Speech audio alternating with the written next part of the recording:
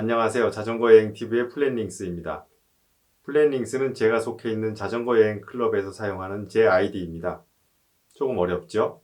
지난번 첫 번째 동영상 봐주셔서 감사합니다. 처음이라 어색하군요. 익숙해지도록 노력하겠습니다.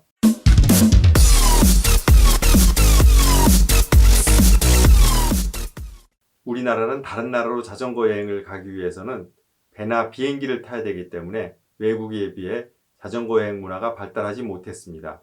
그렇지만 우리나라 사람 중에서도 몇 년 동안 자전거 여행을 하는 자전거 여행가들이 많이 있습니다. 외국에는 자전거 여행이 보다 보편화되어 있는 것 같습니다. 외국 자전거 여행자들이 우리나라 국토 종주나 4대강 종주를 위해서 입국하는 사람들이 꽤 많이 있습니다. 여러분, 자전거 여행의 장점이 무엇인지 아십니까? 이 동영상 후반부에 그 이유를 말씀드리겠습니다. 구독과 좋아요는 사랑입니다. 오늘은 지난번에 예고해드린 대로 자전거 여행의 종류에 대해서 말씀드리겠습니다. 이 영상을 보시면 다양한 자전거 여행 방법에 대해서 아실 수 있습니다. 간단한 여행부터 난이도가 높은 장거리 여행까지 자전거 여행의 세계를 볼 수 있는 좋은 기회입니다. 자, 시작하겠습니다. 모든 경우를 포함할 수 있도록 4가지 관점에서 말씀드리겠습니다. 첫 번째는 여행 기간에 따라, 두 번째는 여행 인원에 따라, 세 번째는 여행을 지원하는 사람이나 팀이 있느냐 없느냐에 따라 구분하고, 마지막으로 가져가는 짐의 양에 따라 구분하여 이야기해 보겠습니다. 여러분이 앞으로 어떤 자전거 여행을 하시던지 이 4가지 범주에 포함된 여행을 하게 될 것입니다. 첫 번째 분류 기준인 여행 기간에 대해서는 다시 데이 투어, 멀티 데이 투어, 롱 디스턴스 투어로 구분할 수 있습니다. 먼저 데이 투어입니다. 선정한 경로를 따라 당일치기로 다녀오는 것입니다. 로드 자전거를 타고 간다면 100km 이상 탈 수도 있습니다. 꼭 집에서부터 자전거를 타기 시작하는 것은 아닙니다. 차량으로 데이 투어 시작점까지 이동한 후에 라이딩을 시작할 수도 있습니다. 평상시 자기 집 주위에서 타는 것을 벗어나 보다 먼 곳까지 자전거를 타는 겁니다. 아침에 집을 나와서 경로를 따라 라이딩을 하다가 식사 때가 되면 식당을 찾거나 가져가는 음식을 먹고 라이딩을 하고 다시 집으로 들어오는 형태가 데이 투어 형태입니다. 다음은 멀티 데이 투어입니다. 하루 이상을 여행하고 최대 열흘 남짓 자전거로 여행한다면 멀티 데이 투어라고 볼 수 있습니다. 데이 투어와 비교하여 가장 크게 달라진 점은 자전거를 타고 가다가 어딘가에서 잠을 자야 한다는 것입니다. 세 번째는 롱 디스턴스 투어입니다. 멀티 데이 투어를 열흘 정도로 생각한다면 최소 2주일 이상 여행하는 것을 롱 디스턴스 투어라고 할 수 있겠죠. 롱 디스턴스 투어는 많은 짐을 가지고 여행하는 전형적인 자전거 여행 방법입니다. 앞으로 보다 자세하게 여러 번 다루게 될 것입니다. 두 번째 분류 기준은 여행 인원에 따른 분류입니다. 혼자 여행할 것인가? 그룹으로 여행할 것인가? 두 가지로 나눌 수 있습니다. 두 가지 방법 모두 많은 장단점을 가지고 있습니다. 혼자 여행하면 여행 전반에 걸쳐 행동의 자유가 주어집니다. 대신에 외로운 여행이 되겠죠. 안전에 대한 염려도 많아지는 건 당연합니다. 그룹으로 여행하면 의지할 수 있는 동료와 함께 여행하니 여러 가지 장점이 있습니다. 그러나 사람이 많아지고 여행 기간이 길어지면 구성원 간의 갈등이 있을 수 있으니 주의해야 합니다. 세 번째 기준은 여행을 지원하는 사람이나 팀이 있느냐 없느냐에 따라 구분합니다. 지원이 있는 여행, 즉 서포티드 투어와 지원이 없는 여행, 셀프 서포티드 투어로 나눌 수 있습니다. 자전거로 여행하는데 다른 사람이 내 여행 전반에 걸쳐 도움을 주고 있으면 서포티드 투어이고, 내가 알아서 스스로의 힘으로 여행을 나선다면 셀프 서포티드 투어링입니다. 먼저 서포티드 투어는 짐이나 장비는 자동차에 싣고 간단한 옷가지나 간식만 가지고 라이딩을 하는 여행 방법입니다.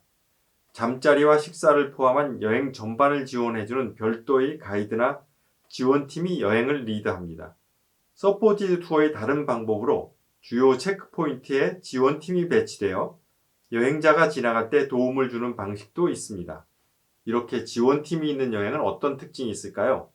지원되는 범위 안에서 여행을 해야 하므로 여행에 대한 자유가 다소 제한됩니다. 그러나 자전거에 짐을 많이 싣지 않아도 되는 것은 매우 긍정적이고 어디서 자고 어디서 먹어야 되나 걱정할 필요도 없습니다. 이런 여행이라면 자전거의 종류도 무거운 산악 자전거나 여행용 자전거보다는 로드 계열의 자전거가 가볍고 좋겠죠. 여행의 진행 속도가 매우 빠르게 진행됩니다. 약간의 휴대품을 핸들바 가방이나 새들백에 넣어 가져가면 그만입니다. 여행의 기간은 어떨까요? 동호회 지원팀이나 여행사의 지원을 받으며 여행하기 때문에 여행 기간을 한 달, 두 달 무한정 가져갈 수는 없습니다. 이런 여행은 통상 열흘 남짓이 적당합니다. 그러니까 데이 투어나 멀티데이 투어가 이에 해당됩니다. 지원팀을 운영하기 때문에 여행 경비가 추가 발생하는 것도 감안해야 합니다. 다음은 셀프 서포티드 투어입니다. 여행 가이드나 지원팀 없이 자신 혹은 자신이 속한 팀이 여행을 직접 계획하고 관리해야 합니다. 여행 전반을 직접 관리해야 하기 때문에 신경 쓸 일이 많습니다. 여행 경로를 선정해야 하고 어디서 자고 무엇을 먹을지 무엇을 볼지까지도 스스로 결정해야 합니다. 반면에 여행 전반에 걸쳐 융통성 있는 대응이 가능하다는 장점이 있습니다. 가고 싶으면 갈 수 있고 쉬고 싶으면 쉴 수 있고 중간중간에 계획을 변경할 수도 있습니다. 짐을 많이 가져가야 되는 특성 때문에 자전거 선정 시 고려해야 합니다. 지원팀이 없으니 여행 경비가 그만큼 절약되고 여행 기간도 상황에 맞게 조절할 수 있습니다. 데이 투어, 멀티데이 투어, 그리고 롱 디스턴스 투어 모두 셀프 서포티드 투어링으로 계획할 수 있습니다. 네 번째 분류 기준은 짐의 많고 적음에 따른 분류입니다.